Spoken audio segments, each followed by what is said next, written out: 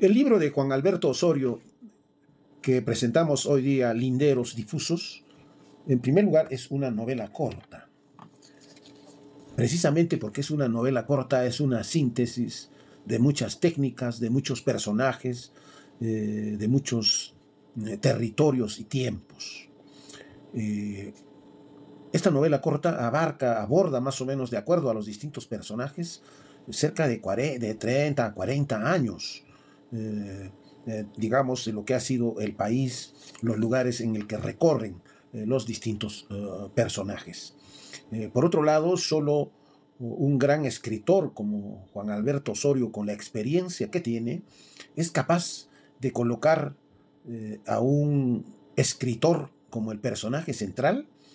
que por otro lado va a analizar y va a comentar el trabajo de otro escritor que es un profesor. Es decir, ya está presente un escritor, está presente un segundo escritor que publica libros siendo profesor, y por otro lado, el autor, el propio Juan Alberto, digamos, desde sus escritos también introduce sus propias reflexiones. Entonces, tres autores hablando de escritores, de técnicas, de experiencias, de la vida. Y también, curiosamente, casi todos son profesores los personajes. El propio Juan Alberto es un maestro distinguido en la universidad, el autor también, el que escribe, digamos, el personaje que escribe, y el profesor que por otro lado nos refleja el contexto en que se desarrolla la vida de un profesor en una ciudad, en un pueblo lejano, en el que desempeña sus primeras actividades, en un pueblo muy pobre,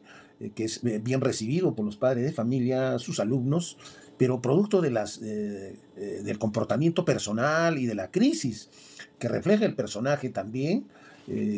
Luego termina siendo ayudante de un zapatero y luego músico, que empieza a acompañar a la banda de músicos tocando el bombo. Ese personaje nos está reflejando también la crisis por la que ha atravesado desde esas épocas en que el maestro era el personaje central de los distritos, hasta ahora, en la actualidad, en que los profesores, por razones económicas, tienen que completar sus actividades económicas con distintas profesiones, comercios y servicios. Por otro lado, el autor en la novela nos habla también, por eso será Linderos Difusos, en que nos explica cómo son las comunidades en ese contexto, para luego pasar a otro contexto en el que la violencia, tanto del Estado como de entonces Sendero Luminoso, genera un clima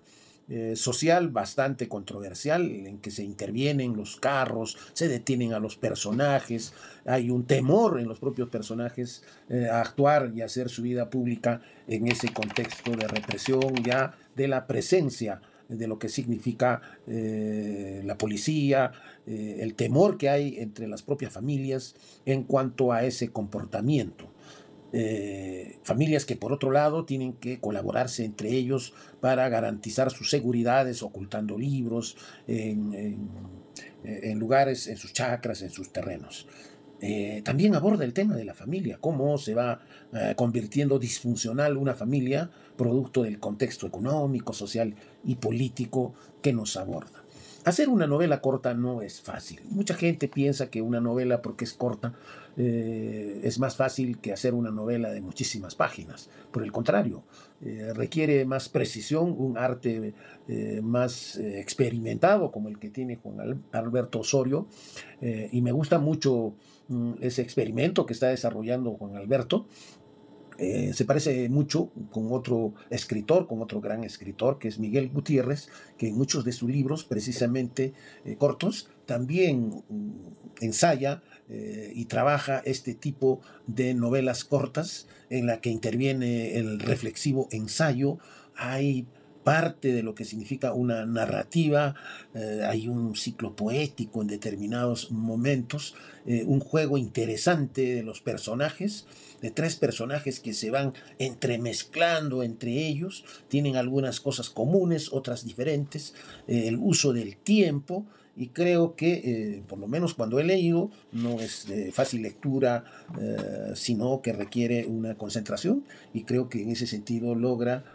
generar una expectativa para culminar el libro por saber finalmente en qué puede terminar la vida de tres personajes y cómo el talento de Juan Alberto es capaz de sintetizar. Eso de manera concreta y siempre saludar a Juan Alberto. Es una pena que no nos pueda acompañar en la presentación, pero siempre estamos permanentemente